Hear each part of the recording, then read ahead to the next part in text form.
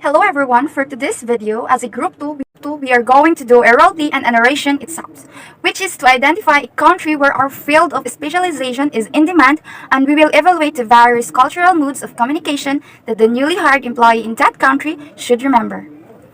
So according to our research, our field of BS in English teachers are in demand in the country of China. Why in China? Because according to the study of Barbados, the English consumption in Shanghai of December 12, 2018, English teachers in China are very much in demand as language schools struggle to keep up with the growing English education consumption. So moving forward, on June 29, 2023, this was updated by John Bentley. There are an estimated 100,000 English teachers that needed in China, which are expected to increase further over the next few years. So the following will be the various cultural modes of communication that the newly hired employee in China should remember.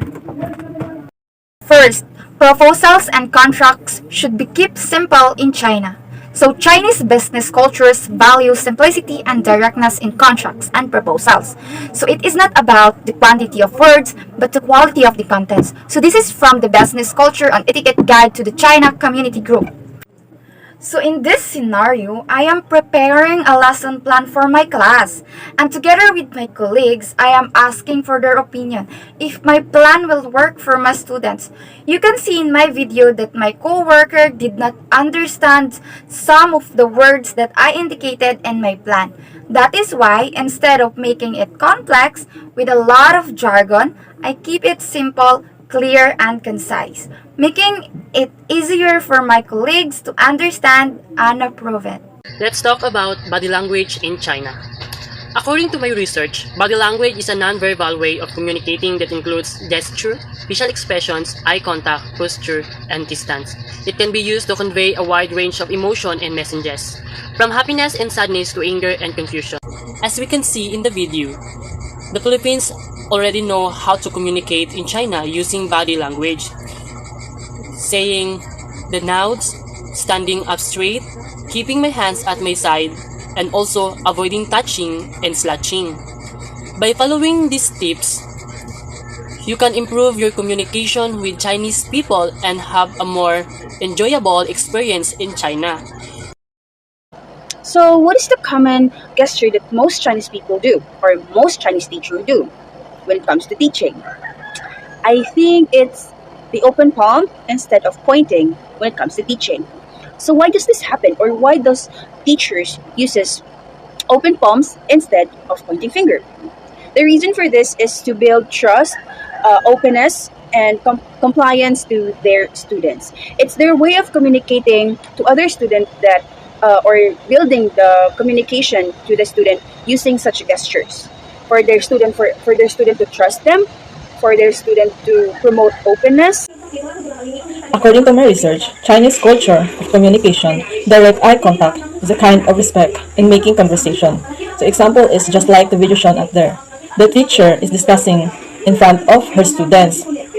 So her eyes is always looking at the eyes of her students. So same as her students, the students are always looking at their teacher to show respect that they are listening to the discussion of their teacher.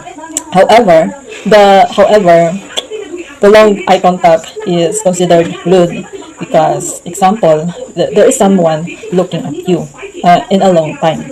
So you can conclude in yourself that she or he is gossiping you in something. According to my research, facial expressions in China, like in many other cultures, are nonverbal cues conveyed through movements of the face to express emotions, intentions, and social messages. These expressions can vary across different regions and individuals, but they generally include smiles, frowns, raised eyebrows, and other gestures that communicate happiness, sadness, anger, surprise, and more.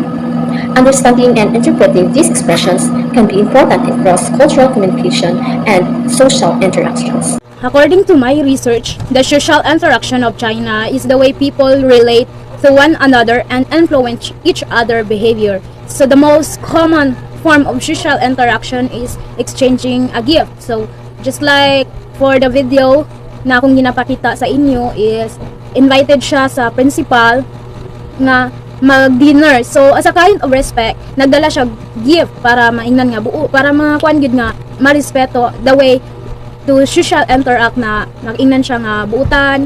Then this is the morality of their community and their values. The following scenarios are some of the China's various cultural modes of communication.